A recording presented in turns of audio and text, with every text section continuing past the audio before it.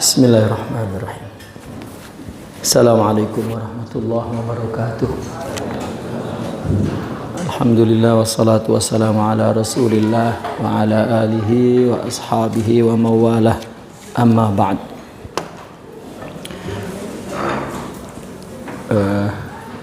Serta daurah ikhwan dan akhwat yang berbahagia, alhamdulillah. Pada hari kedua ini, pada pagi hari ini kita bisa dengan izin Allah menyambung daurah kita. Allah berikan kesempatan, kesehatan. Semoga Allah bukakan hati kita untuk menerima ilmu yang Allah anugerahkan melalui kitab yang kita daurahkan oleh Imam Ibn Arabi. Allah mudahkan dalam pemahaman dan juga dalam pengamalan. Sebelum sesi tanya jawab saya buka, saya ingin memberikan pengantar bahwa dalam tulisan ini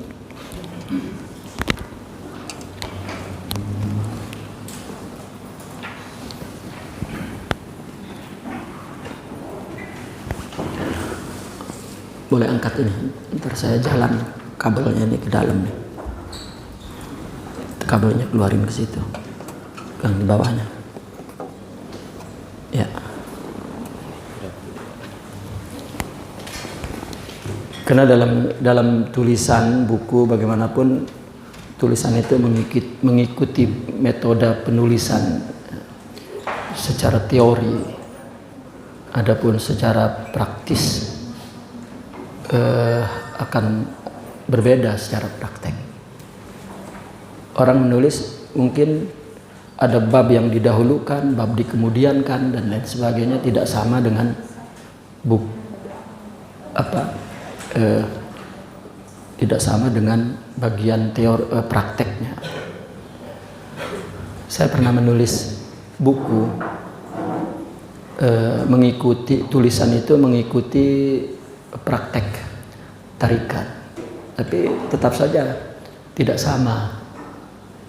Itu kalau taklim itu kan mungkin akan boleh diatur berdasarkan jadwal mata pelajarannya dan diterima oleh murid seragam.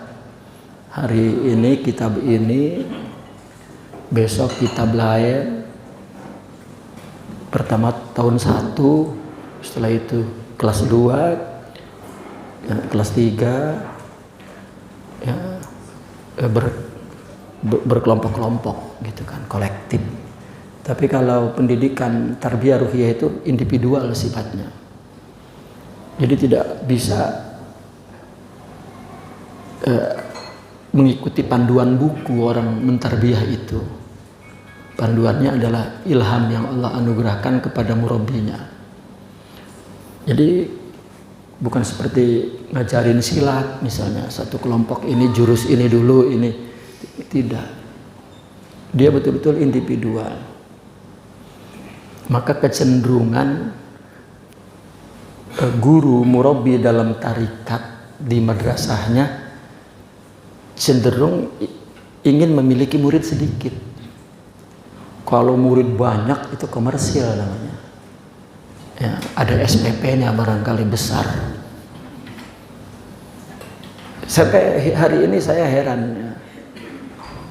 Ada seorang pimpinan tarekat seolah-olah terus mempropagandakan tarekatnya dan menarik murid sebanyak-banyaknya. Itu hebat sekali itu. Mungkin tingkatannya itu seperti Syekh Abdul Qadir Al-Jilani barangkali. Ya. Ya, secara logika ya tadi pendidikannya bersifat individual, ya. Perorangan dengan perbedaan satu sama lain, karakternya, latar belakangnya, lingkungannya, ya, problemnya, umurnya, zamannya. Nah, karena setiap orang sampai kepada Allah, usul ma'rifat ya berdasarkan kapasitas yang ada pada dirinya. Ya. Kecuali mengajak kepada Islam gitu, ya, masuk Islam, mengamalkan amalan Islam, mengetahui ya, ilmu Islam mungkin. Tapi kalau memperbaiki dalam batin itu masalahnya sangat detil, halus, kompleks, ya, ghumud. Apa ghumud itu samar gitu apa? Itu bukan perlu kecerdasan intelektual atau emosional, tapi perlu kepada kecerdasan spiritual, bimbingan Tuhan. Jadi boleh jadi sepanjang sejarah seorang murabi ketika muridnya soleh gitu, dia tidak pernah mengklaim itu saya gitu, nggak ada. Karena dari awal memang sudah diajak untuk bergantung kepada Allah. Jadi kalau ada guru mengajak bergantung kepada dia, udah kacau itu, udah gagal itu, udah bukan murabi. Ya, mungkin dalam dunia taklim, ya, intelektual, pengajian, ya mungkin madrasah saya. Nah, konsep-konsep seperti ini yang kurang disadari, dipahami, dimengerti pada banyak madrasah tarikat.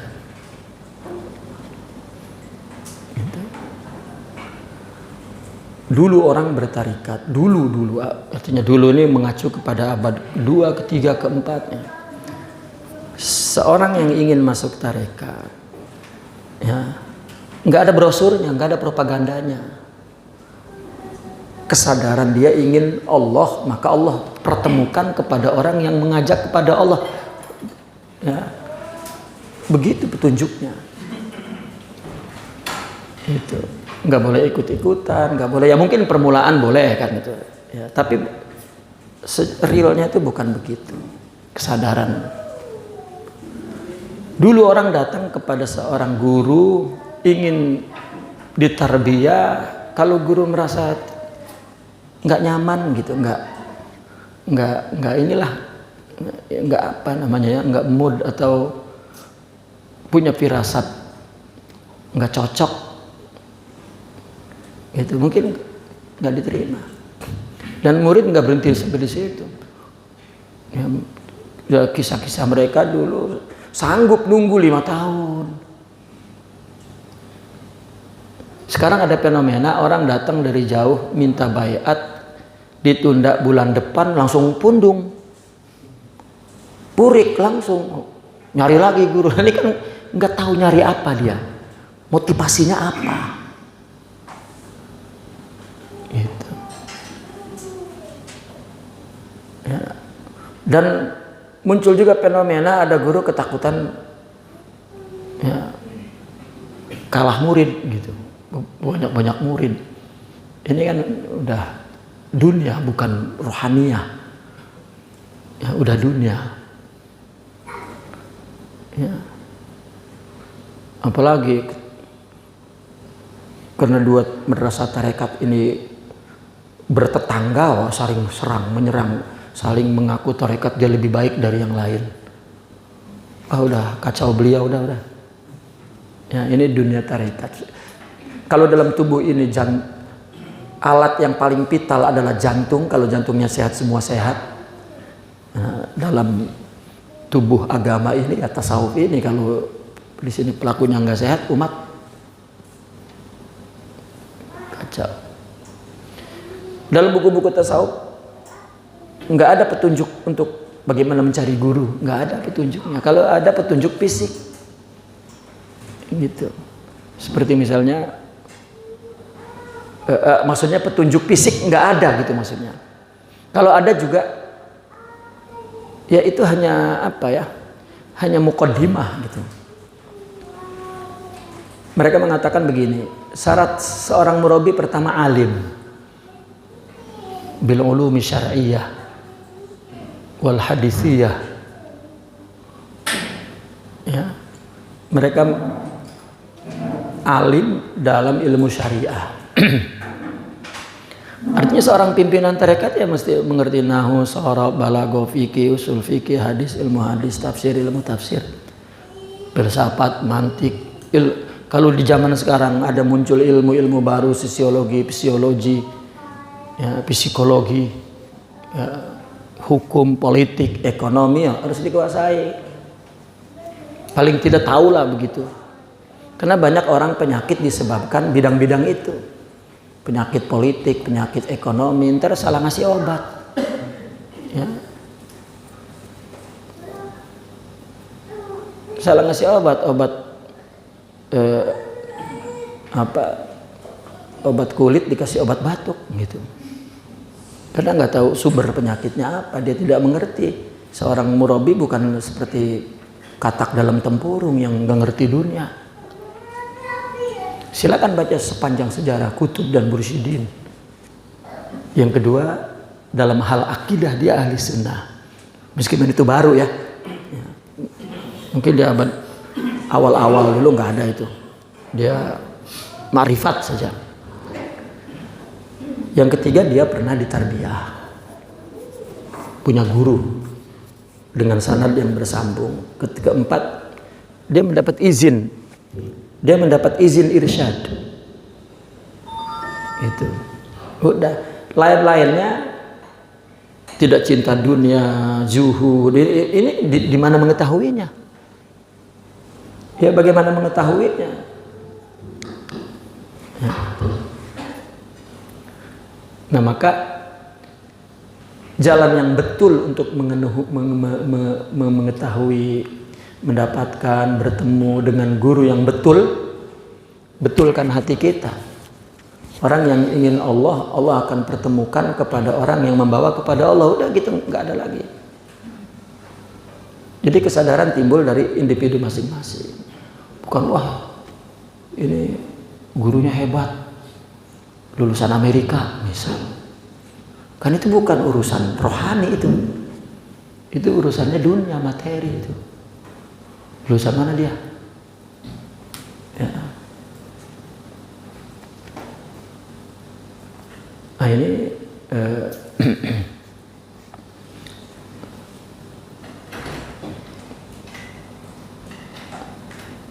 sehingga mereka mengatakan begini, wali itu kalau sekedar wali mungkin boleh tidak tahu mubtada khobar, tapi ketika seorang menjadi mursyid, ya, jika orang tidak ngerti ulum syariah, emang pendidikan tasawuf mau dibawa kemana? Ya, mau dibawa jadi dukun. Ya. Saya sering orang mengaku sebagai pimpinan tarekat, ya, terus sering berhubungan dengan saya, cuman minta ijazah Samsul Ma'arif, Aufaq, ilmu adad. Penting ini katanya. Karena masyarakat ngapain nyibukin orang dengan gituan? Ya.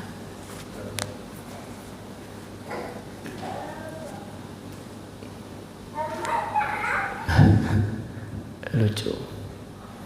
Nah itu juga fenomena-fenomena yang salah.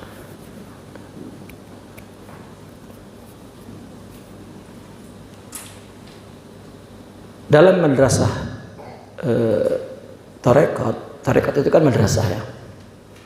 Madrasah di mana di dalamnya ada program ya, ada programnya yang ya secara teorinya begitu, yang dipraktekkan, yang diterapkan oleh seorang guru kepada murid. Dia punya program nih, ya, mau diterapkan oleh guru kepada murid, maka ini madrasah berarti tarekat. Maka program ini mempunyai metode untuk disampaikan kepada murid. Ini kan penjelasan teorinya begitu. Prakteknya tidak bergantung kepada tulisan, prakteknya bergantung kepada batin, ilham si guru yang makrifat itu. Karena ya hakikatnya yang mendidik adalah Allah, rohani di dalam diri Setiap manusia itu, setiap wali berabad-abad itu hakikatnya Allah. Ini yang membuat orang jangankan mendidik orang, dia merasa dia yang mendidik. Ya. Dia akan merasa bahwa Allah yang mendidik. Dia ibadah juga, itu Allah. Sehingga definisi makrifat, ya, mereka bikin definisi makrifat itu al-abid wal ma'bud katanya. Al-arif wal ma'ruf, yang tahu itu yang diketahui, yang menyembah itu yang disembah. Sakingku dia hanyalah tampilan yang dikehendaki oleh Allah. Itu baru diketahui hakikat itu setelah sempurna rohaninya. Jadi kecenderungan untuk merasa ada ini kesempurnaan fisik. Ketika disempurnakan oleh Allah rohaninya, dia tidak melihat bahwa apa yang terjadi pada dirinya dari dirinya, dari Allah. Itulah syuhud, menyaksikan rohaninya. Bagaimana dia mau ngaku ini murid gue walinya, kalau enggak, waduh, kalau dididik dia mah wah kacau, nggak ada. Dia ngelihat orang buruk saja ahli ma'asi, dia hanya melihat Allah belum memberinya, tapi itu ciptaan Allah yang mulia. Nggak ada berpikir untuk menghina. Ya, malah dia ketakutan seperti itu karena dia bukan bikin sendiri jadi orang taat. Jadi semua kesombongan muncul dari kesempurnaan tubuh ini.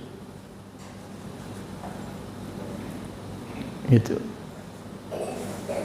Jadi nggak ada pemahaman materialistik, ya, kecenderungan komersialistik, nggak ada. Ada orang yang mengatakan ya, tasawuf pendidikannya pilihan alam katanya gitu. Allah segala alam apa sih? Ya, ketakutan ngomong Allah itu sampai pilihan alam gitu. Ya. Nah, adapun arti apa penjelasan teori pendidikan tarbiyah sufiyah tadi, tasawuf itu program, katakannya program yang dipraktekkan oleh si guru untuk diterapkan kepada murid, mendidik murid. Maka guru ini punya metode. Ya, secara teori, secara umum metodenya zikir, ya, mujahadah, suhbah artinya kudwah, berguru, khalwah. Ya. Yang asas banget itu 4 ya. Mujahadah, riyadhah, tazkiyah, itulah istilahnya apa? Zikir, khalwah. Ini di bawah pantauan guru, suhbah. Maka dia suhbah. Ya. Yang keempat. Ini setiap tarekat ini mesti ada, nggak mesti nggak ada, mesti ada. Ya, mesti ada. Setiap individu murid disuruh berzikir, disuruh mujahadah. Mungkin perlu khalwah, mungkin tidak. Dan ya, setiap mereka berguru. Semua itu dilakukan dengan guru. Ini kalau dalam madrasah disebut inti kurikulum. Ya, intinya ini. Madrasah kalau nggak ada ini, ya nggak ada metode ini, tarekat itu abal-abal. Jangan-jangan tarekat itu syaitan. Ya. Namun mereka memiliki ekstra kurikuler. Katakan ekstra. Karena tasawuf itu kan membangun spiritual, rohani. Metodenya ini tadi. Programnya program rohani. Metodenya ya.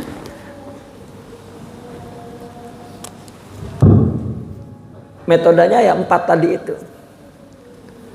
Dengan khalwah, zikir, mujahadah, suhbah itu metode utamanya. Ya. Nah, ada yang bersifat ekstra, furu. Ini usulnya nih, usulu tarbiyah, arkanu tarbiyah. Macam-macam istilahnya dalam kitab mereka. Ada usulu tarbiyah, arkanu tarbiyah, manhajul amali asli, ada apa aja lah. Nah, ada ekstrakurikuler. Nah, kalau ini 4 tadi ini memang betul-betul program rohani untuk membangun spiritual, kerohanian. Namun di dalam pribadi manusia, katakan di bagian terdepan spiritual ada emosional. Ya. Sebuah reaksi fisik, ya, jiwa, pikiran manusia karena interaksi dengan lingkungannya, keluarganya, ilmu yang diserapnya dan semua yang menimbulkan sikap-sikap yang bersifat emosional.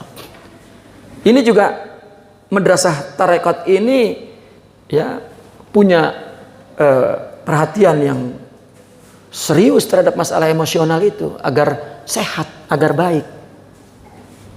Ya. Nah, maka mereka punya metode-metode yang bersifat ekstra itu. Seperti apa?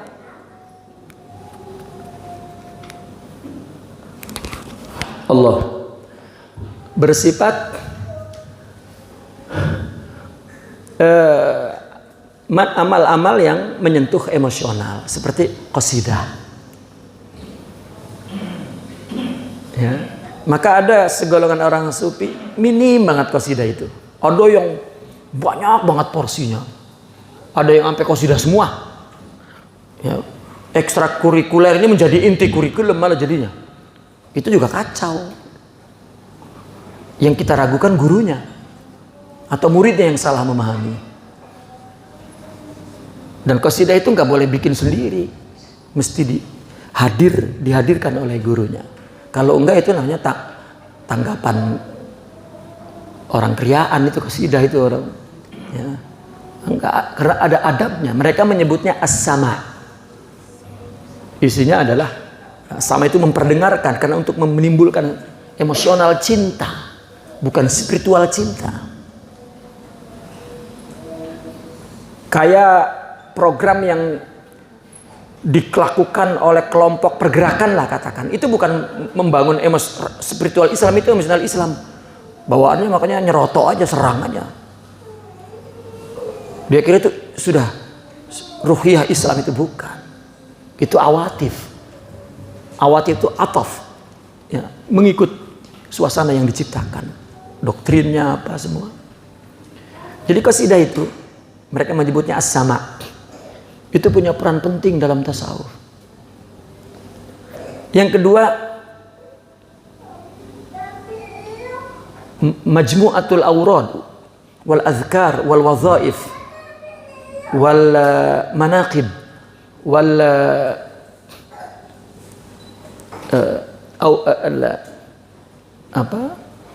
ahzab. Ya. Ada juga yang juga membangkitkan emosional cinta itu, emosional injizab, agar dia punya keterpesonaan kepada Allah, yaitu dengan berzikir. Maka ulama sufi dari dulu mengarang hizib-hizib, menggubah hizib-hizib, rawatib, zikir-zikir, wazifah-wazifah, ya, aurad-aurad, bahkan manakib termasuk ke dalam kategori ini. Itu manakib itu ekstra, bukan inti. Membangun apa coba manakib? Ya, seperti halnya zikir, semuanya bahasa Arab diucapkan.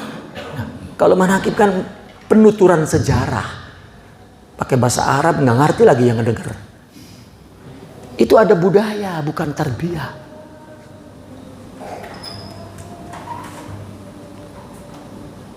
Ya. Saya berpikir, kita sebagai generasi ke depan, saya berpikir kerja keras itu untuk memotong generasi agar betul, ya, mengikuti manhaj tarekat itu.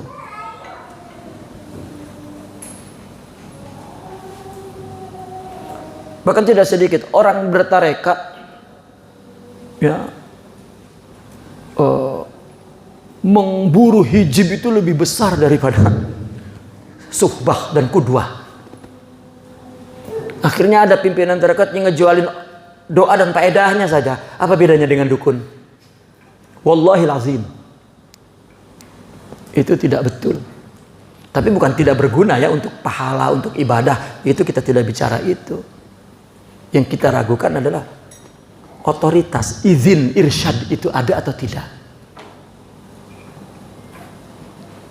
Ya. Saya nggak berani di tempat terbuka bicara begini. Mungkin ada yang kesinggung, ada yang itu enggak.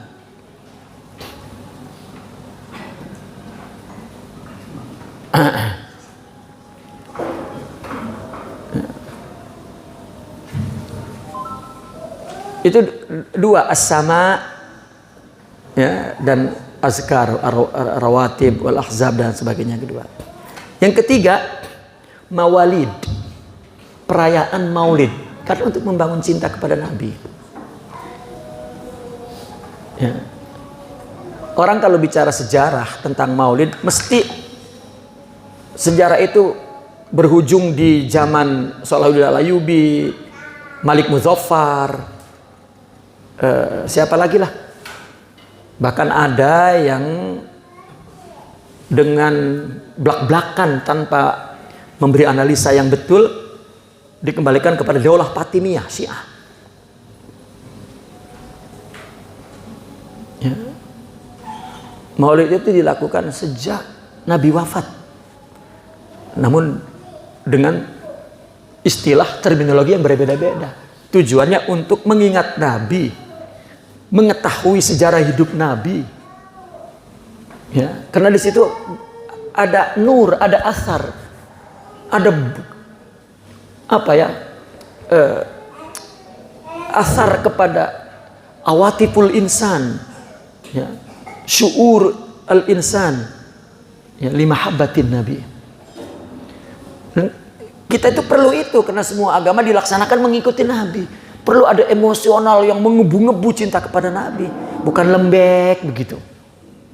Sampai jaminannya orang yang disebut nama Nabi berselawat itu jaminannya begitu besar, bukan jaminannya yang dipersoalkan. Orang mesti ittiba kepada Nabi dalam hidup ini, itu yang penting. Ini mah umat Islam tertarik dengan iming-iming pahala salawat itu, bukan apa maksudnya. Kayak anak kecil, tong beli nih duit nih tong nih, ya beliin bapak rokok, ya lah kan intinya beli rokok, anak kecil mah yang penting itu cepet dulu, yang penting itu. Lah kan bocah, mestinya orang bertarekat adalah orang-orang yang matang dan dewasa, bukan atfal seperti umumnya awam muslimin. Maka maulid itu ijtihad umat Islam yang kemudian ya bidang ini terus dijaga, dipelihara, dikembangkan oleh tasawuf, karena madrasah ini kemudian yang concernnya kepada emosional umat dan spiritual umat. Yang lain urusan taklim, urusan bagaimana istinja yang benar, bagaimana mengetahui darah haid, bagaimana ruku yang benar, itu semua zahir, tidak ada kaitan dengan emosional. Dan pengubahan zikir selawat itu bukan baru, sejak zaman sahabat. Mereka punya luahan batin tentang hakikat cinta dia kepada Nabi, maka tergubah doa selawat. Saya menemukan ada dalam kitab Majmu'us Sunan. Ya, kitab itu 23 jilid, isinya hanya doa selawat dari sahabat sampai zaman pengarang ini. Semua punya. Karena itu jiwa yang sehat mesti memuji Nabi dan berdoa kepada Allah. Nah, tradisi ini memang ya, kemudian ketika ada madrasah tarekat yang munazzam, yang terorganisir, itu seolah-olah diatur secara organisir di dalam tarikat. Tapi bukan itu tujuannya.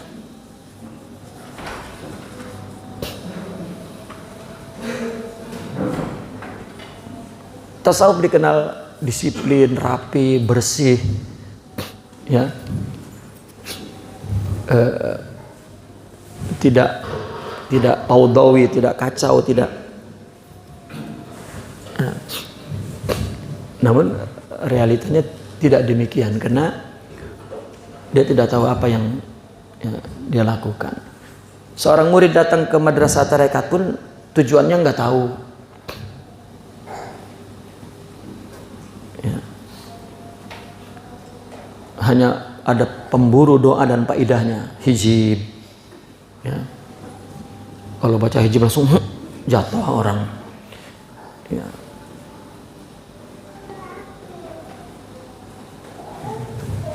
Saya sangat sensitif ya karena dulu kita begitu ya.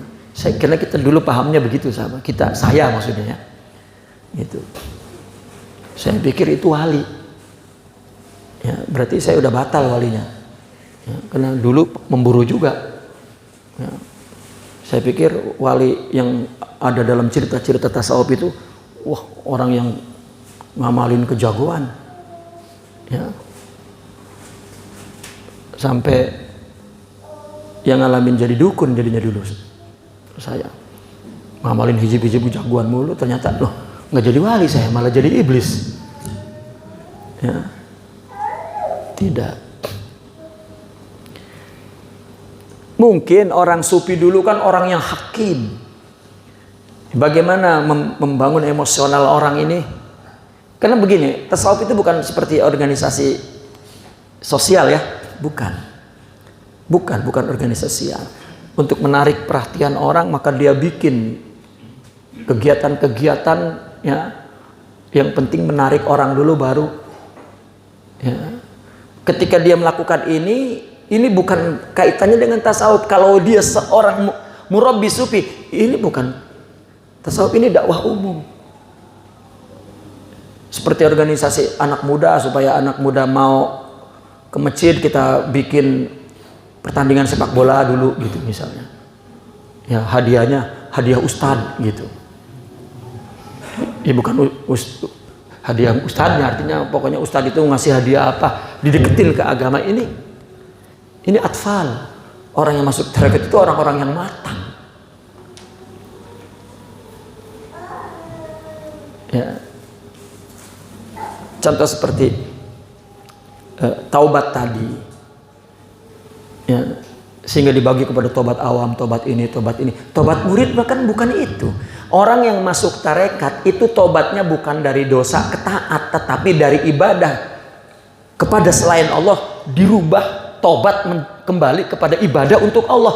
Itu tobat muridin, kan kita sudah lewat itu. Kalau tobat dari dosa mah nggak perlu masuk tarekat. Semua umat Islam sebodoh-bodohnya memang kudu taubat.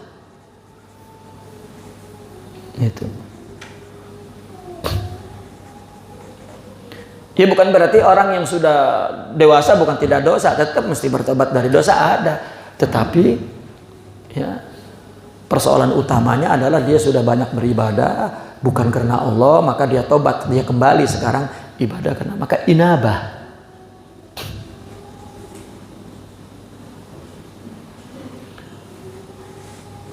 Ya. Dan persoalan yang lebih detail, lebih rinci itu hak prerogatif seorang murabbi karena dia mujtahid di madrasahnya.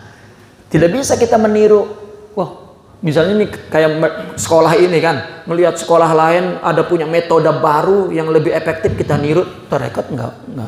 Wah dia ada cara zikir untuk makrifat, yaitu selam di air selama 7 jam dan zikir Allah. Nggak ada itu. Wah, dia berhasil. Nggak ada. Atau zikir napas ya. Misalnya zikir sambil duduk seperti orang bertapa begini, lalu Allah ditahan napasnya. Nggak ada.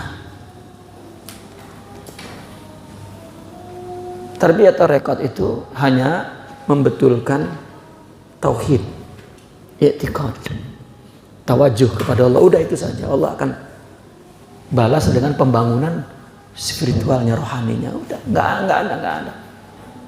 Materinya itu syariat itu. Ya. Maka setiap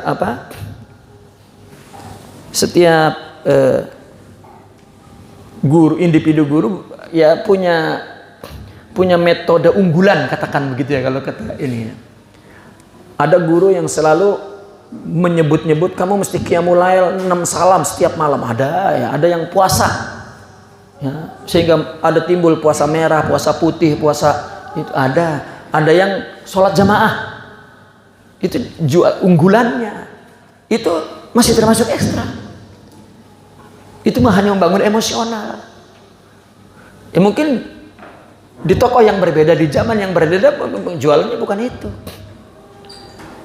Mungkin pada masyarakat petani yang nggak kemana-mana, sholat jamaah efektif. Tapi kalau semuanya kerja di PT dan kerja di kantor, kiainya teriak-teriak sholat jamaah, kacau beliau. Artinya berdasarkan zaman, ke kondisi seseorang, dan itu bukan mesti, memang cerdas seorang murabi itu. Bukan hanya spiritualnya, emosionalnya, intelektualnya. Ya, karena kita ini udah biasa taklid, ya. Gitu. Sampai ada akhirnya saya sering melihat fenomena seorang murabi wafat, ya. Mungkin seorang murabi itu punya pengganti lebih dari 1, mungkin 2, mungkin 3, ya, sehingga timbul menjadi 3 madrasah. Itu berabad-abad memang begitu. Nah ini mental yang memang ya mental sakitnya yang punya kecenderungan berpecah belah begitu. Ketika guru wafat lalu ada penggantinya 2-3 orang, bingung dia. Ini sekarang jadi pecah, dulu jadi satu lah, yang dulu anak aja dulu kumpul begitu udah masing-masing berkeluarga misah. Itu saya melihat fenomena itu, ya Allah, berisik arus bawah itu. Itu masalahnya masalah penyakit yang masih bersarang dalam tarbiyah itu, nggak tuntas. Ya memang begini. Meskipun seorang murabi itu muridnya banyak, yang sembuh 2-3 orang, yang lainnya semi sembuh lah. Gitu. Ketika ditinggal wafat bukan nangisin kerangka jasad gurunya di kuburan. Ya, yang murabi hakikinya Allah. Ya, nur ruhiyah, aulia. Itu Allah waliyul mu'minin. Yukhrijuhum minadz zulumati ilan nur. Allah. Tubuh itu cuma majelas aja. Seperti kita orang tua nih, kalau gua mati anak nih ngempanin siapa? Pak, rezeki dia itu Allah yang ngasih. Kita mati mungkin lebih banyak karena nggak dimakan sama kita rezekinya. Itu urusan benda, apalagi urusan rohani yang memang itu min amrillah, kulir ruhu min amri rabbi. Nggak ada ikut campur kasab kita. Orang kalau ditinggal bini mungkinlah 3 bulan masih tidak bisa move on. Enggak 3 bulan, kayaknya besok udah kawin lagi. Ya wajar orang ditinggal mati guru nggak bisa move on, wajar. Itu kisah memang ada, karena itulah manusia nggak bisa melepaskan dirinya dari hukum tabiat ini. Ya wajar. Tapi agama tidak demikian. Allah punya. Orang nggak boleh ngaku kalau nggak ada saya di kampung ini, madrasah ini nggak jalan, masjid ini nggak jalan. Ya. Ini pendidikan bodoh, Pak. Ya, nggak ada kita, Allah yang ngadirin, yang memelihara siapa?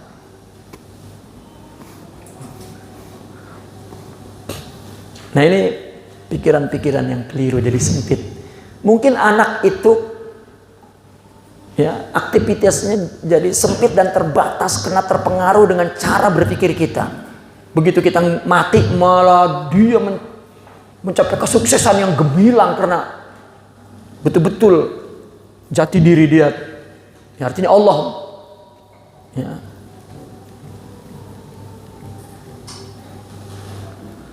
Nggak ada orang tumbuh sendiri. Kumis kita aja ditumbuhin oleh Allah biar nyongcrop juga, gitu. Nggak ada. Nah ini ya prolog-prolog ini ya yang ingin saya sampaikan.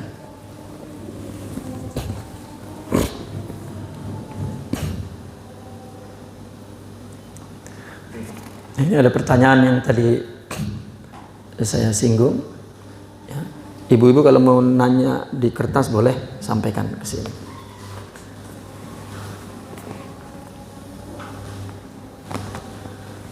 Yang menyembah itulah yang disembah, yang mencintai itulah yang dicinta, yang menghendaki itulah yang dikehendaki. Ya.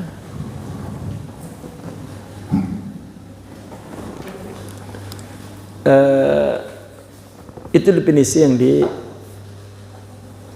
diungkapkan oleh mereka yang telah sampai kepada Allah usul, ya, kasyaf, tersungkap semuanya. Ternyata apa yang terjadi di muka bumi ini berdasar kehendak Allah Subhanahu wa taala. Imam Junaidi Al-Baghdadi ketika ditanya anil ma'rifah, ya, beliau menjawab bahwa pertama dia mengatakan bahwa dia mengetahui bahwa apa yang terjadi itu adalah majla atau sebagai pengejawantahan sifat Allah Subhanahu wa taala. Bahkan sebelumnya dia mengatakan apa yang terjadi itu adalah perbuatan Allah. Ya. Lalu yang bertanya, zidni ya Syekh. Ya. Boleh ditambah lagi penjelasannya. Lalu dia katakan bahwa ma'rifat itu mengetahui bahwa apa yang terjadi adalah sifat Allah. Ya. Lalu zidni ya Syekh. Beliau menjawab bahwa ma'rifat itu dia mengetahui bukan hanya sifat, tetapi dia menangkap kehendak Allah apa dari penjelmaan sifat itu. Yang nanya masih zidni ya Syekh. Apa dia bilang? Dia mengetahui bahwa tahu dia adalah Allah yang memberi, bukan dia. Zidni ya Syekh. Akhirnya dia bilang al-arif wal ma'ruf. Yang tahu bukan dia, tetapi dia kan tahu bahwa semua itu Allah, bukan selain Allah, karena selain Allah tidak ada. Semua itu Allah. Dia tahu ternyata, ya, yang dia ketahui itu semua Allah. Yang tahu juga itu tahu Allah yang diberikan kepadanya. Sehingga manusia tubuh ini menyaksikan bukan di luar dirinya bahwa semua itu hakikatnya Allah.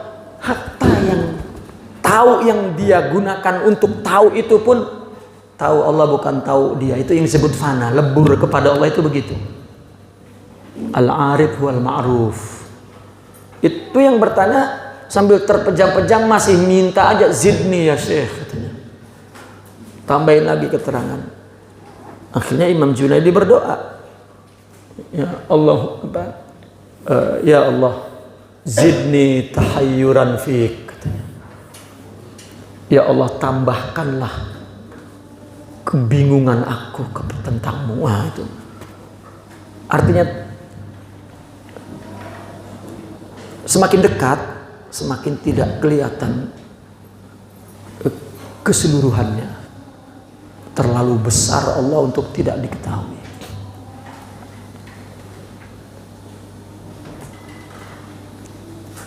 Itu. Nah, kita ketika menjadi seorang murid, kita rasanya yang bermujahadah, ya, kata guru kamu mesti baca zikir setiap hari rasanya ya kita mempertahankan agar kita komitmen dengan membaca zikir itu memang kerja keras ya, sering blong lah, sering gagal. Rasanya usaha kita sudah maksimal, suruh mujahadah, suruh ya, mendatangi, hadir majelis gurunya dan berkhidmat, dan rasanya itu kita yang menciptakan perbuatan itu sampai kita merasakan keletihannya.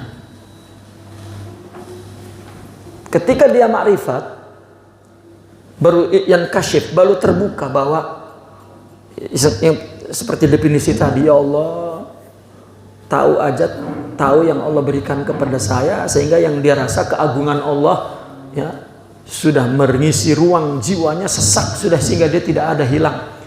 Ya Allah, bukan hanya pada saat itu dia yang dia saksikan semua Allah, baru dia menyaksikan dulu juga saya kalau tidak ada hidayah Allah udah berhenti. Baru nangis dia, bukan saya semuanya engkau. Ya. Nah, maka penjelasan kasab, bagian kasbi kita ya, dari mereka orang-orang yang kasab, dia mengatakan itu anugerah yang Allah berikan. Kasab itu kan memakai sarana ya, memanfaatkan sarana untuk mendapatkan keuntungan. Allah kasih mata, Allah kasih akal, ini kan Allah ya kita gunakan, itu kasab namanya. Itu kita gunakan. Lalu tentang ikhtiar, pilihan ya secara zahir, Imam Ibnu Arabi mengumpamakan begini, ini meja berat, kita nyuruh anak umur 2 tahun, tong angkat meja tong, angkat di sana, Pak. Nggak bakal kuat Pak, anak 2 tahun ngangkat ini. Kita mungkin boleh ngangkat sendirian. Nah, terus kita suruh dia pegang ujung situ, padahal yang ngangkat tuh kita semua. Ya, anak kecil mah ya cuman mazharnya aja. Wah, kuat lu tong. Lah anak kecil kan, saya Pak, padahal kita semuanya ngangkat. Angkat tong, angkat. Kita semua yang 100% kita yang ngangkat. Anak kecil cuma nempelin doang. Ya kan? Wah, buat batong anak bapak, ntar bapak kasih duit. Ya, seperti itu. Kita itu kalau tidak tahu Allah ngaku kita baik. Udah begitu dikasih duit lagi, surga, pahala, apa. Ya, disitulah kenapa mereka para aulia ya memanfaatkan anugerah Allah itu semaksimal mungkin. Karena Allah kasih pahala. Itu bagian kasab dari kita. Kasab itu kan keuntungannya. Kita menyebutnya usaha. Ya, usaha kan ada memanfaatkan sarana untuk mendapatkan ya, menikmati sarana itu kepada kita. Tapi secara penciptaan Allah semua yang melakukannya. Fa'alul lima yurid. Hanya dialah yang dapat melakukan apa yang dia kehendaki. Jadi itulah makrifat itu al-muhib wal mahbub.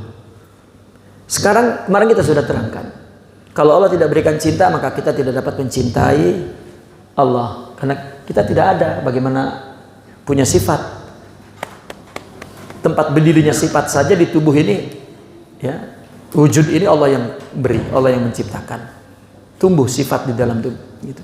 Kalau tidak Allah berikan sifat mahabbah rohiyah, kita nggak bisa mencintai orang lain. Nah, ketika memiliki cinta Allah itu ternyata kita mencintai Allah melalui mazharnya itu, karena Allah gaib mutlak. Ya, Allah gaib mutlak. Itu sebab mereka membuat satu penerangannya begini.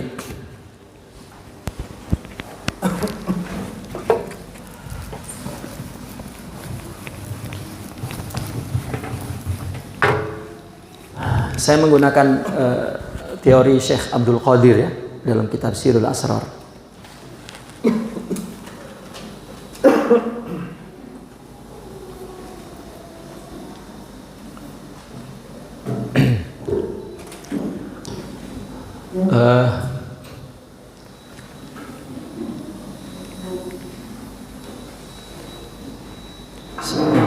Sidi Abdul Qadir menggunakan martabah empat dimensi lah katakan, bahwa pada bagian zohir kita ini ya,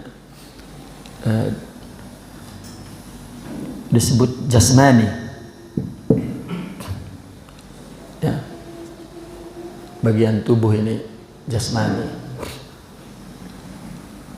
Dengan kata lain, alatnya adalah akal. Ya, akal bagian tubuh, akal zohir, bukan akal batin.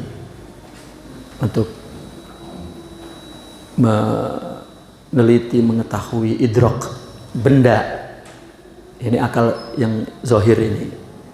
Ya, karena kita bagaimanapun ada dua unsur. Ada zohir yang ada bendanya, ada rohani yang tidak ada bendanya. Zohir ini bimaddah wal muddah, ada benda dan ada masa expire-nya, itu masa habisnya. Kalau rohani kan nggak ada madahnya, nggak ada mudahnya. Tapi sebetulnya alat yang ada di sini itu dari rohani. Kita melihat bukan dengan mata. Mungkin ada yang orang matanya gede banget, buta. Ya, gitu. Itu artinya kehidupan yang Allah ciptakan di tubuh ini. Tapi ada kehidupan rohani, mata batin. Ya. Nah maka Allah kan punya sifat zahir dan Allah punya sifat batin. Jadi yang punya sifat batin ini Allah, yang punya sifat zahir ini Allah. Buktinya kita zuhur. Karena dengan nama zahir itulah Allah menzahirkan kita. Seperti orang pelukis itu kan ada lukisan gitu. Ya, dan seterusnya. Maka ini disusun diberikan aturan yang disebut syariah, syariatullah, aturan Allah. Itu.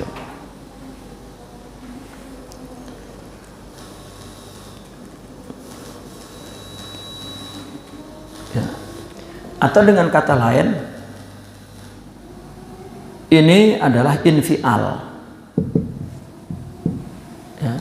Infial itu mutawa'ah dari fi'il ya. Infial itu mutawa'ah dari fi'il. Kita ini hasil dari kerja Allah. Seperti kita bikin bangku. Ini kan bangku infial namanya. Kita yang bikin. Ini infial. Ini kan ada jasmaninya, ada tubuhnya nih. Ya, cuman ini nggak ada akalnya, manusia ada akalnya. Ya, akal pada posisi infial, pada posisi tubuh, karya cipta dari perbuatan Allah. Ini yang zahir. Kita nggak tahu siapa yang bikin, itu kan di belakang dia, batin. Ya. Padahal di belakang dia ini ada fi'il si pembuatnya, fi'il si pembuatnya. Jika Allah fa'il hakiki berarti kan punya fi'il. Kalau ini karya yang indah berarti dia punya sifat yang di dalam ilmunya tentang sifat keindahan itu. Kalau enggak ya enggak. Ya. Kalau ada sifat berarti sifat yang melahirkan fi'il itu berdiri di zat. Nah, mulai dari fi'il yang menciptakan ini di belakang ini disebut batin. Ya. Apalagi sifat makin batinul batin. Apalagi zat makin siapa yang bikin ya gitu. Kita mengerti tentang sifat keindahan, mesti orangnya ini halus perasaannya, ini lihat ciptaannya kan begitu. Ini jamal. Gitu. Nah, kita ubah seperti itu. Maka yang disebut batin itu adalah af'alullah. Af'al. Ya, maaf. Ini af'al Allah. Nah, kita sering menyebut, coba, ini dari mana ada? Kan dari perbuatan. Ya, karena batin dan bukan sosok yang seperti kita kenal bendanya, pencipta itu, maka kita hanya merasakan itu datang dari hati kita. Meskipun ada aplikasinya di tubuh ini hati.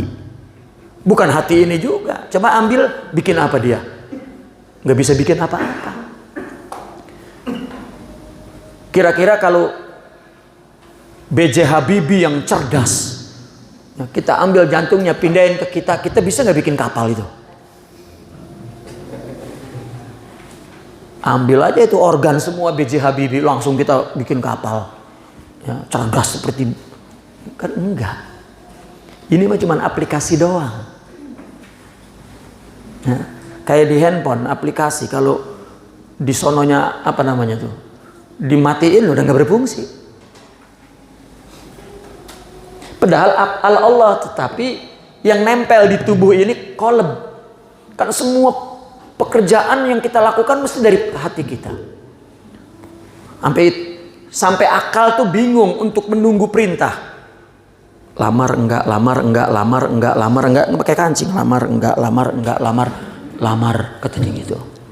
Padahal hatinya mengatakan enggak, tapi kancingnya habis, lamar, enggak tahu gagal. Padahal mah hati gua itu enggak tuh. Akal ini nggak bisa bergantung kecuali hanya kepada benda. Hati yang bergantung kepada Allah. Ya. Kita menyebutnya kalbu, padahal af'al Allah. Ini di sini udah mulai batin nih. Noh, itu. Di belakang af'al ini sifat. Inilah yang disebut fuad. Ini teori Imam Sidi Abdul Qadir. Nah, untuk orang merasakan agar hatinya bersih, maka itulah tarikat.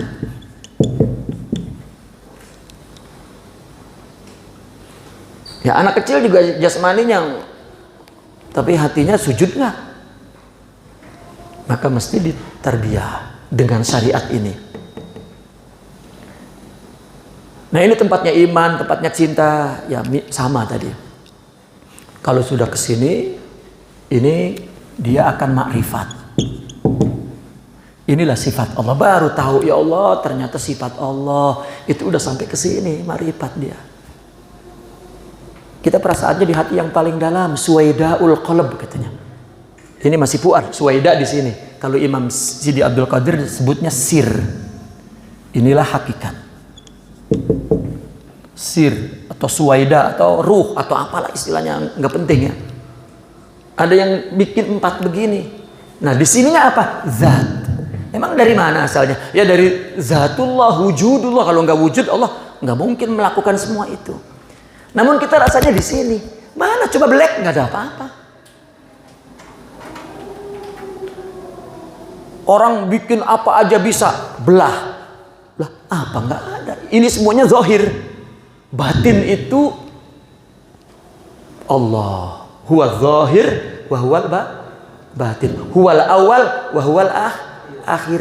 Nah, ketika dominasi hidupnya bukan dengan jasmani hayawan, dengan ini baru dia melihat apapun Allah. Allah al-fa'il huwal maf'ul, al-muhib huwal mahbub, al-arif huwal ma'ruf, al-abid huwal ma'bud. Jadi dia nggak merasa, gua hilang, udah itu fana. Nggak ada pengakuan, nggak ada. Ya.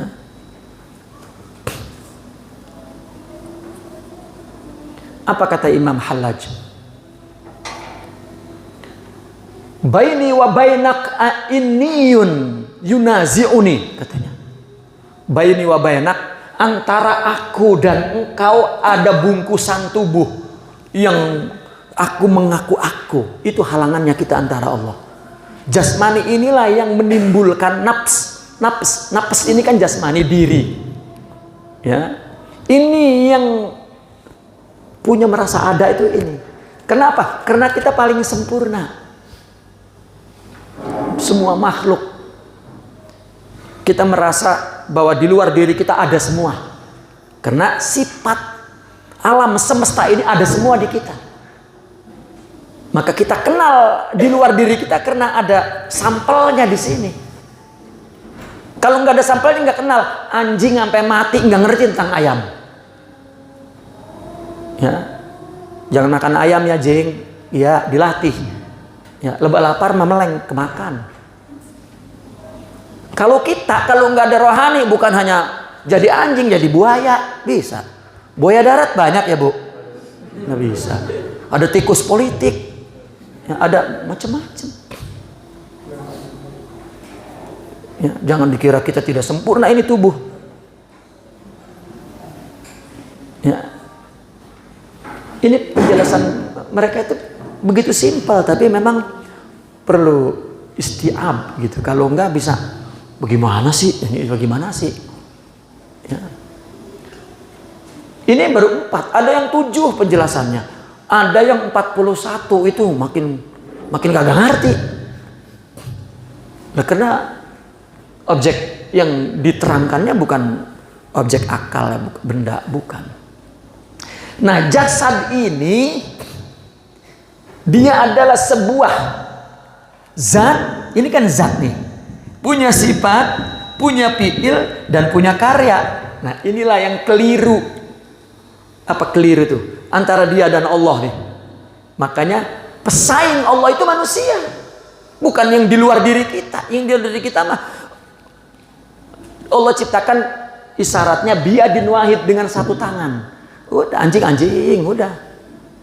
Buaya-buaya, kerbau-kerbau. Kita mah ya kerbau, ya anjing, ya buaya, ya kucing, ya semut, ya tikus. Kita semua ada, jangan takut.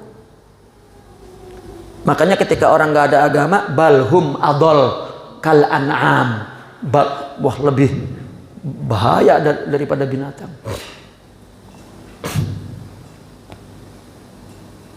Saya ngeliat ada di TV terus iklan gitu, bukan iklan, apa ya, pembukaan program acara gitu ya, flora dan fauna ada kan ya dulu itu ya.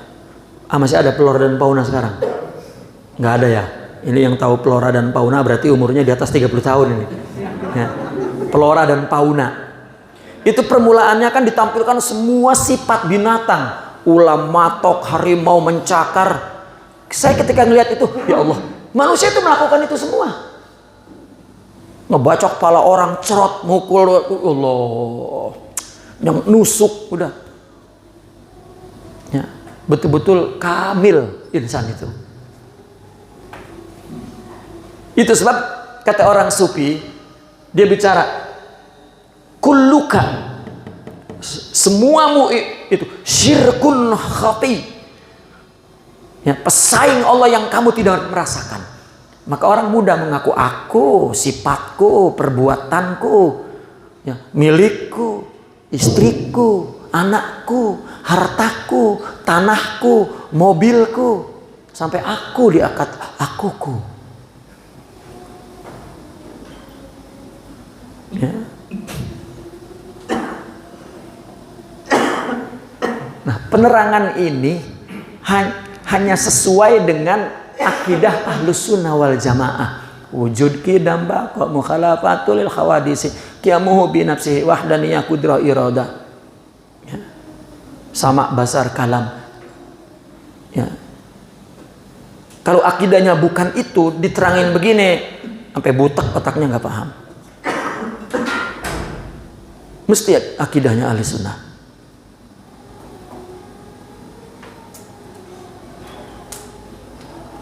Coba kita praktekkan. Wujud. Ada kan wujud? Wujud ini. Padahal yang wujud adalah Allah. Kita dikatakan Adam. Kita secara independen tidak ada. Tapi kalau kita ada, itu Allah ciptakan. Alladzi khalaqal mauta. Tidak ada. Wal hayata. Ada. Allah yang menciptakan itu. Liyabluwakum ayyukum ahsanu amala. Ini adalah ibtila, ujian.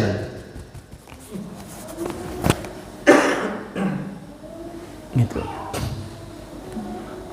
Lalu Allah Qadim, kita hadis karena kita munculnya sebentar. Ya.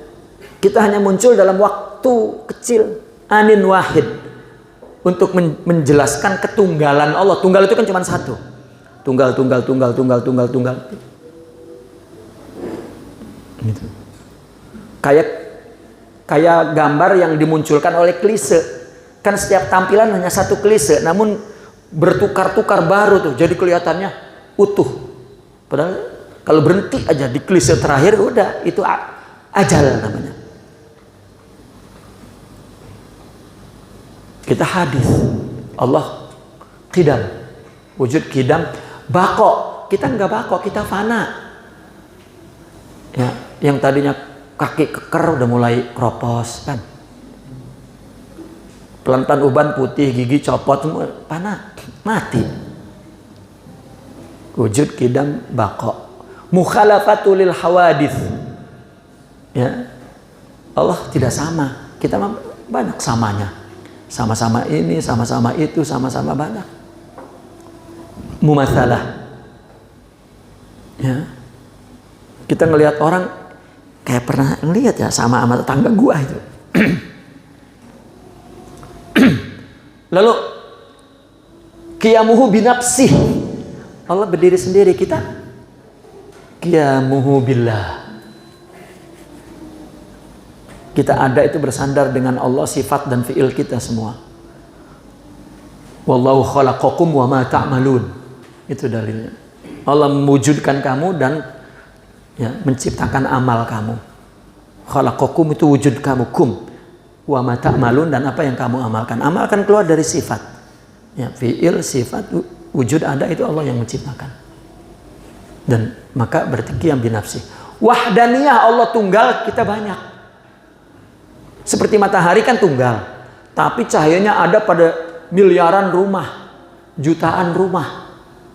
Coba antum telepon saudara antum yang di Kalimantan misalnya. Papa, ada matahari nggak di situ?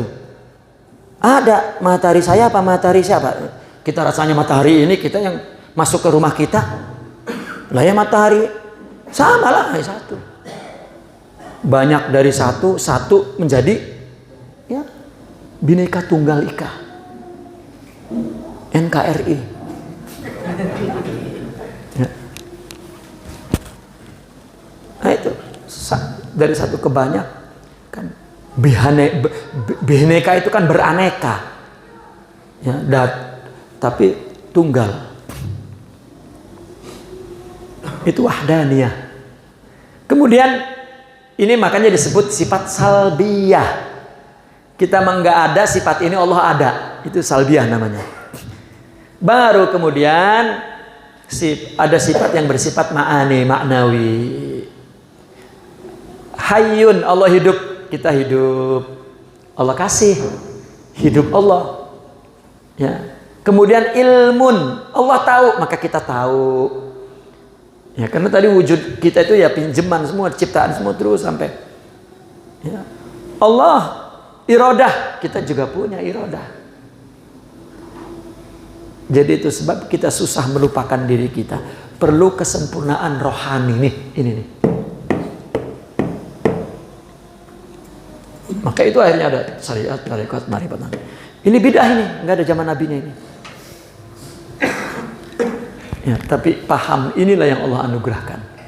Ya. Itulah al-arif wal ma'ruf, al-abid wal ma'bud.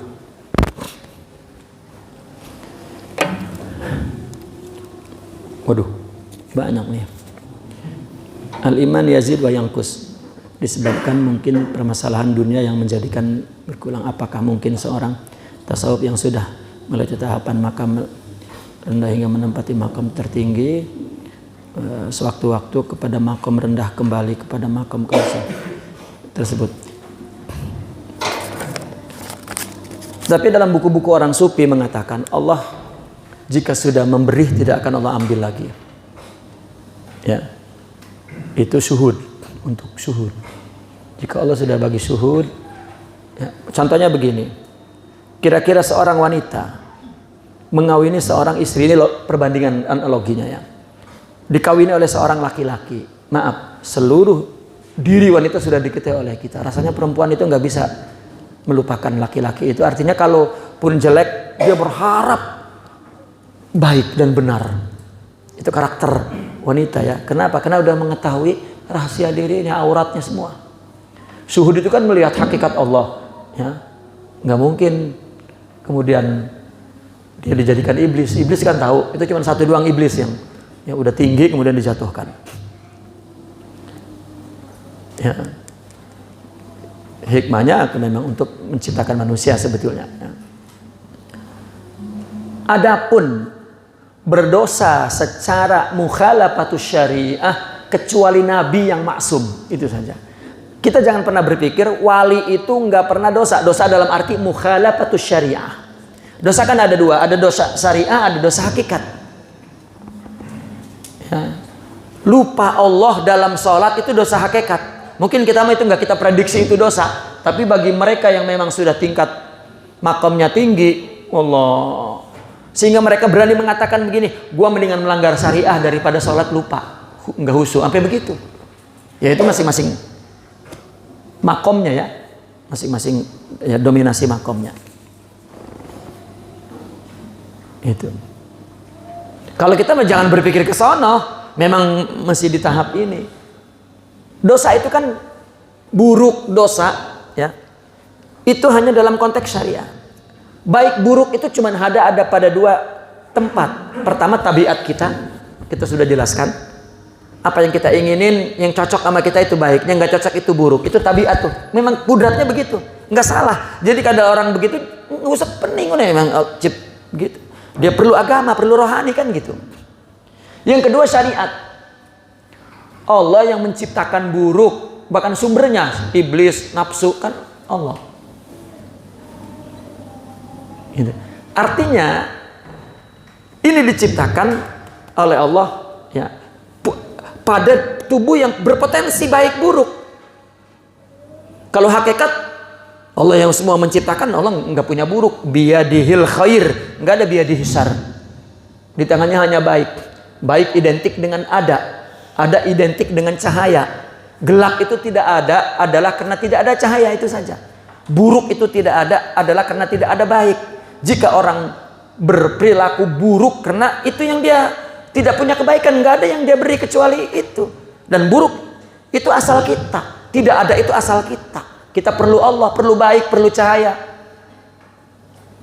Ya.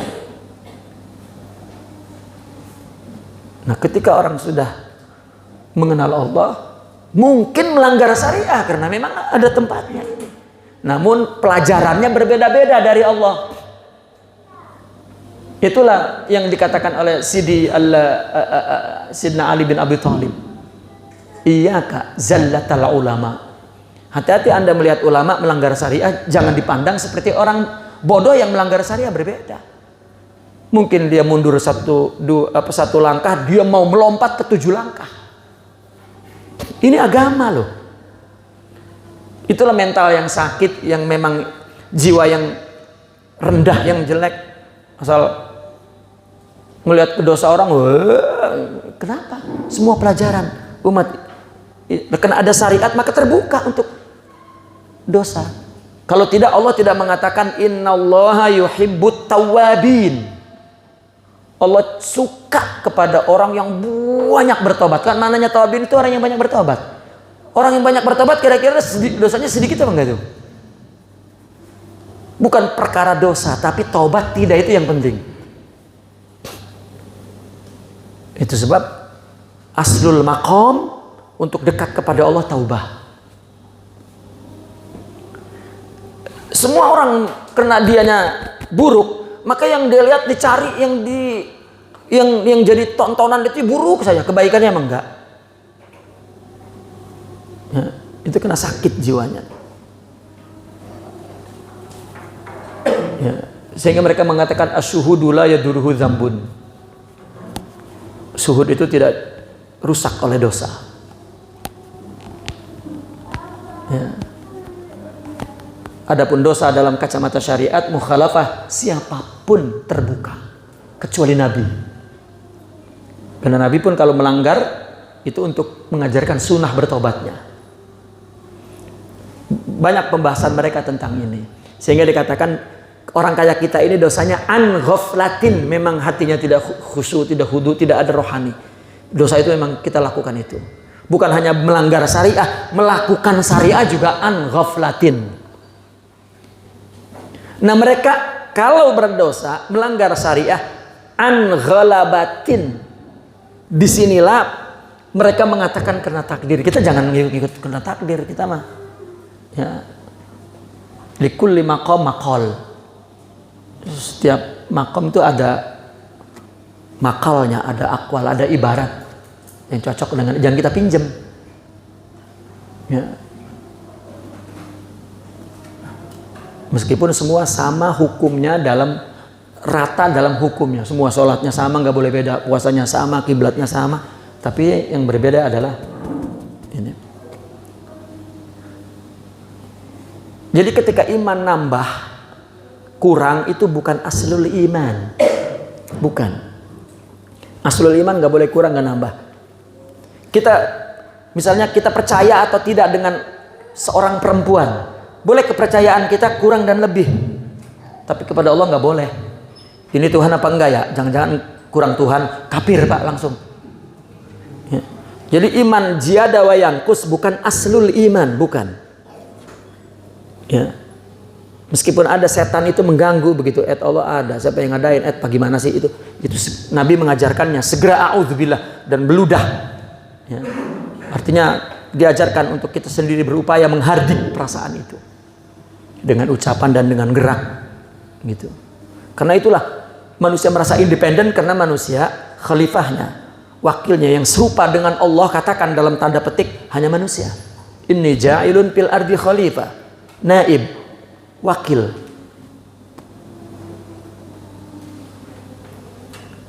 Gitu. Dan yang mengatakan iman ziyada wa yanqus cuma satu mazhab, mazhab kita al-Imam Syafi'i. Kalau mazhab lain enggak mengatakan iman. Karena Imam Syafi'i ya ada campur-campur tasawuf, ijtihad fikihnya, adab, ta'abbud. Gitu. Katanya tambah dengan amal, itu amal yang batin, bukan amal yang zahir. Kurang apabila itu adalah iman zahir, iman akli, iman. Coba orang berdosa lalu bertobat, ya, ingin jadi orang baik, bayangannya itu masih orang baik secara zahir. Lihat orang pakai peci putih, ya Allah saya belum bisa pakai peci putih. Ngelihat orang di masjid, ya Allah enak banget di masjid. Ya, padahal udah tobat dia tuh sampai ke masjid, mempertahankan agar istiqomah repot. Berat juga ternyata orang beriman itu. Ya, kecuali jika rohaninya sempurna, baru mereka mengatakan suku itu taklid. Capek itu hilang. Ya.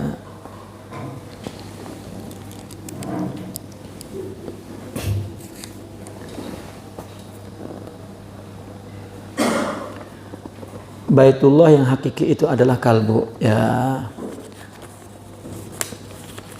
Itu kinayah ya, mereka mengatakan bahwa makanya dalam fikih pun ketika orang tidak tahu di mana arah kiblat, udah sembahyang aja, karena Allah memang bukan berada di, bukan perlu tempat ya. Ya bukan berada di tempat ya, tempat Allah yang menciptakan. Ka'bah itu adalah hanya nuqtatut tawajjuh, pusat agar kita menghadapkan hati kepada Allah. Maka tubuh ini perlu hukum-hukum tawajjuh yang bersifat itu sama seperti illallah atau ya, kaki ditekuk apa semua ya, dan lain sebagainya, dan membaca iftitah ini wajah itu wajib, itu semua upaya tawajuh ya, zahir. Tapi bukan batin kita bukan mengatakan bahwa Allah ada di Mekah, itu bukan ya. Bahkan orang sufi menjelaskan praktek haji tawaf, wukuf, Muzdalifah, rohaninya tuh bagaimana? Zahirnya memang ya terikat dengan ibadat, zahir kita terikat dengan tempat, arah, waktu dan lain sebagainya, jarak, tapi rohani nggak terikat. Ya.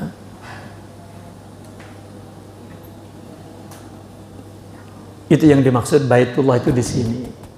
Udah ngadep ge hati, nggak ngadep Allah, itu maksudnya. Ya. Mohon penjelasan tentang ruh wali tunggal. Mohon. Ya, wali itu nama untuk kerohanian ini nih. Ini seperti ini nih. Pada tahapan jasmani, ya. Karena memang di jasmani kita ini memang ada kalbu, fuad, ya tadi ini kan kalbu, fuad, zat ada di kita ini. Cuman aplikasi zahir. Dimensi batinnya adalah fi'il Allah, sifat Allah dan zat Allah. Yang disebut wali itu adalah ruh, dimensi batin ini, itu Allah wali. Maka lihat di Asmaul Husna ada dua nama Allah, wali dengan wali. Ya, fa'il dengan fa'il.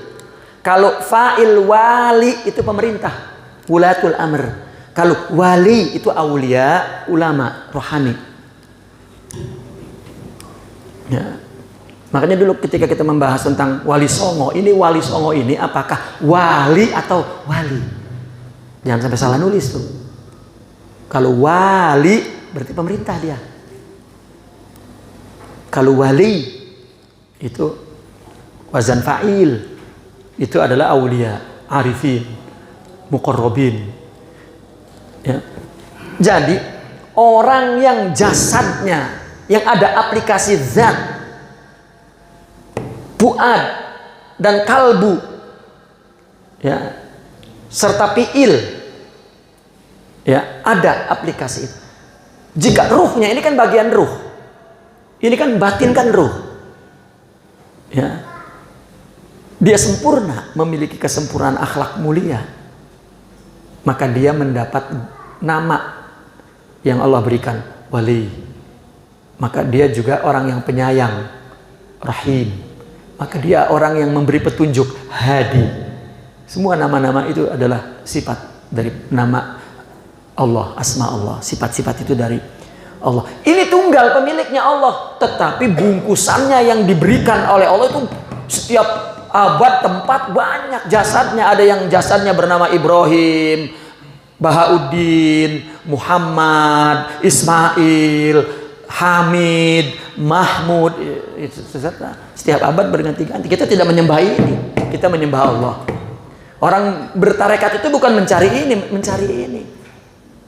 Ini yang Allah namakan mukhlasin, muqarrabin. Aulia itu gelar ini. Gelar ini mentar disebut syekh, ajengan, kiai, guru, tuan guru, profesor, doktor, ya, mama, apalah. Ya, tapi ini yang mendapat gelar dari Al-Quran. Dia siddiq, sadiq, muttaqin, muhsinin, muqarrabin, mukhlasin, awliya. Bahkan orang sufi menambahkan istilah itu, mutahakkikin, arifin, al-insanul kamil, dzurratul bayda, anqa mughrib, alba, dan banyak lagi. Ada simbolik pemberiannya, ada apa, itu istilah. Ya, tunggal.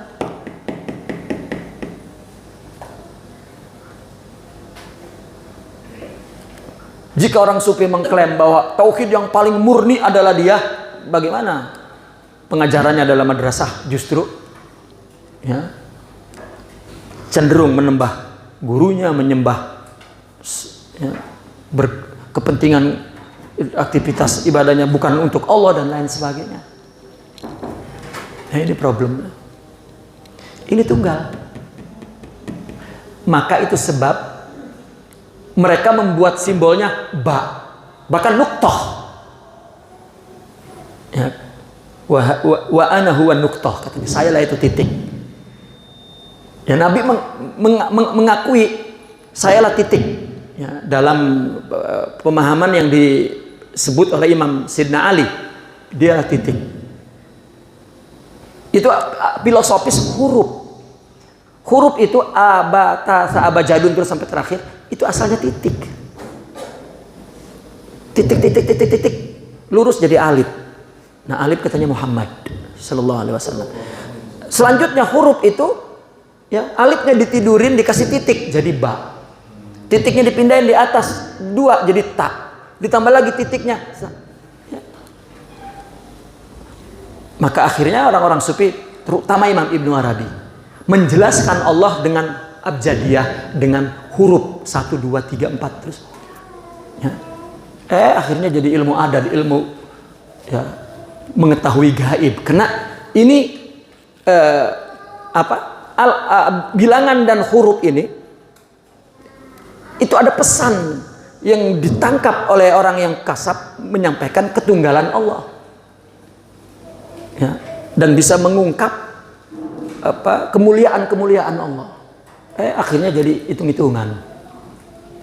Dipakai seperti astronomi lah, dipakai kemudian palak akhirnya menjadi ya, lahirnya hari apa kamu? Senin. Oh, Senin berarti angkanya sekian.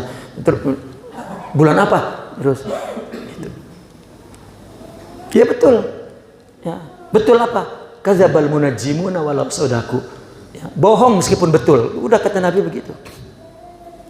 Bohong artinya bohong gak tepat, ilusi, bukan dia tahu banget secara hakiki, bukan. Ya. Dijelaskan dalam kitab Imam Ibnu Arabi itu, untuk mengetahui gaib ada 5 caranya. 1, wahyu, itu bukan kita nabi. 2, ilham, itu bukan kita juga wali. 3, dari Al-Quran atau hadis yang Allah beritahu. Kan banyak hadis, nanti di kiamat akan terjadi, itu kan gaib kita dari hadis. Yang 3 baru ilmu adat, ilmu hitung-hitungan gitu. Inilah yang Nabi katakan, kadzabal munajjimuna walau sadaku. Adapun aulia, ittahu firasatal mu'min fa innahu yanzuru binurillah. Ini Allah yang melihat, bukan dia. Nabi menjelaskan dirinya di surga, ngapain dia nanti? Nyari kita, nolong kita. Soheh itu ya. Kita mah udah aman, dicari nanti. Jadinya begitu tuh kan, kacau ya. Nah ini wali itu tunggal, maka disebut simbolnya ba. Ada anko mugrib.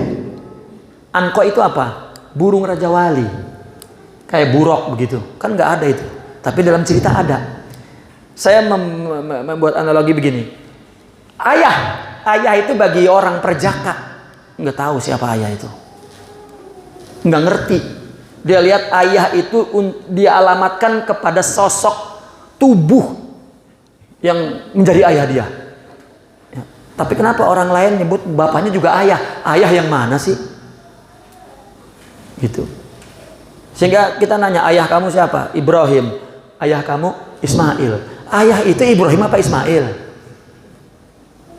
Banyak banget kerangka ayah itu. Kita juga nanti punya anak ayah. Nah kita ini nggak akan ngerti ayah kecuali jadi ayah. La ya'riful wali ilal wali. Kita ngelihat bapak kita blegeg aja kalau dimarahin emak kita. Kita bilang bapak goblok amat, dimarahin emak diem baik. Pas kita punya bini pantas.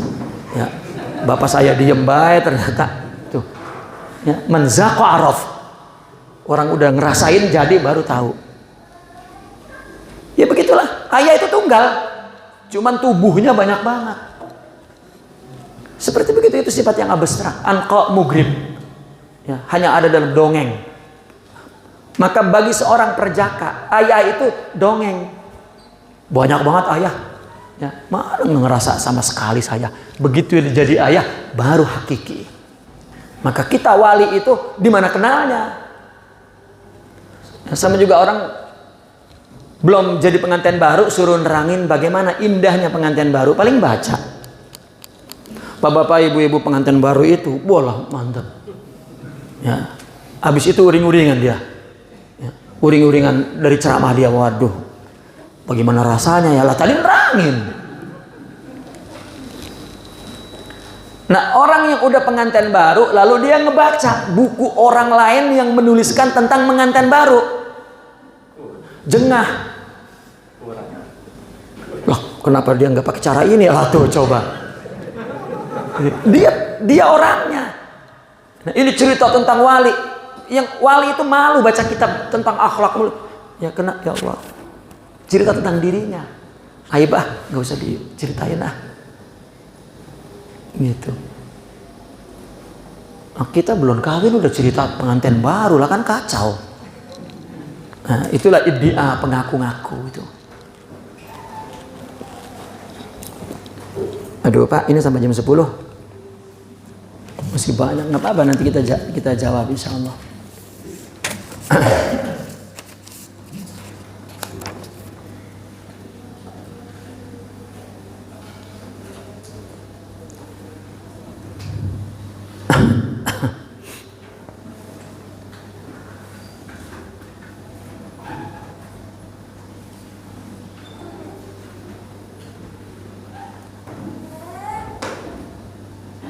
Tentang ijad dan imdad, wujud kita itu Allah yang menciptakan, dan hukum wujud itu mungkin. Artinya begini, Allah, kita menggunakan pelajaran kita sifat 20 ya. Yang wajib ada itu Allah. Ya, wajib ada, wajibul wujud. Ya, itu Allah. Dan sifat Adam itu mustahil adam bagi Allah. Mustahil adam bagi Allah. Ya. Allah wajibul wujud. Kita jaizul wujud. Kita boleh ada. Artinya boleh ada, berpeluang boleh tidak ada. Ini dalam mutakalimin. Kalau orang filsafat bukan jaiz tetapi mungkin. Ya. Allah wajib ada, kita mungkin ada. Mungkin ada, mungkin tidak ada. Kalau orang sufi ghair, kita ghairul wujud, ghairil adam. Kita bukan ada dan bukan tidak ada. Itu sebab orang sufi menyebut manusia itu ilusi, karena bukan-bukan. Bukan ada dan bukan tidak ada, ghair. Jadi kita ini ghair, aghyar. Kita temukan dalam buku-buku tasawuf aghyar. Nah, selama kita punya sifat ada, maka hukum ada kita ini jaiz atau mungkin di dunia wal akhirah. Kita di akhirat nggak berubah jadi Tuhan, nggak berubah jadi wajib ada dan independen. Jadi ada dua hakikat, ana wa anta ya Allah. Nggak ada. Tetap pengakuan hakikatnya wala ana bal anta. Ya. Seperti ungkapan Imam Hallaj. Ya. Anta ana anta la bal ana anta. Wala ana bal anta huwa huwa, katanya. Awalnya kan sebelum kenal aku dan engkau. Ini persoalan apa? Persoalan banyaknya berpecahan akidah. Ya, sampai Mu'tazilah, Murji'ah, terus Batiniyah, Jabariyah, itu persoalan wujud tuh Pak. Ya. Ada wujud hakiki ada berapa? Ya. Minta maaf bahwa Imam Ibn Taimiyah menciptakan tauhid taksimus salasa 3. Itu persoalannya tersangkut di masalah hakikat wujud. Persoalannya di situ. Imam Ibn Taimiyah, beliau seorang imam alim yang kita nggak ada apa-apanya dengan beliau ilmunya. Tapi dalam konteks ini kita kata ulama ya. Imam Ibn Taimiyah terseleo dalam masalah hakikat ini. Beliau mengatakan hakikat ada dua, kita dan Allah. Jadi seolah-olah independen. Meskipun akidahnya tidak begitu, tetapi susunan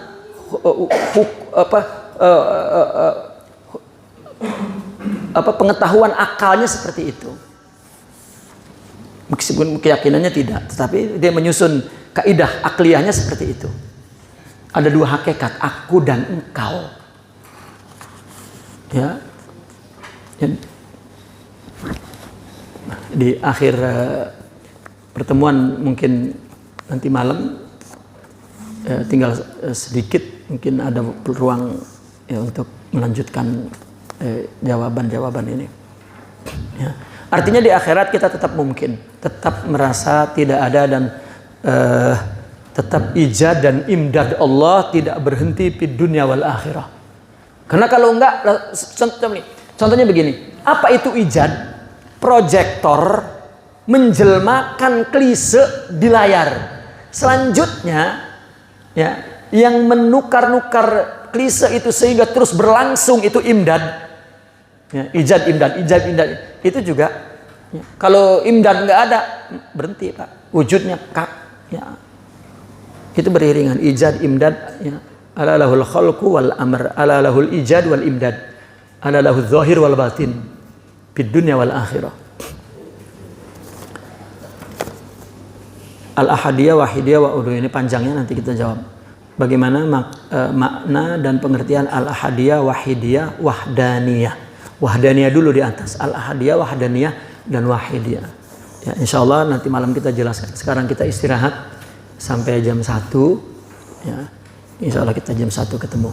Wallahu a'lam bishawab. Al-Fatihah.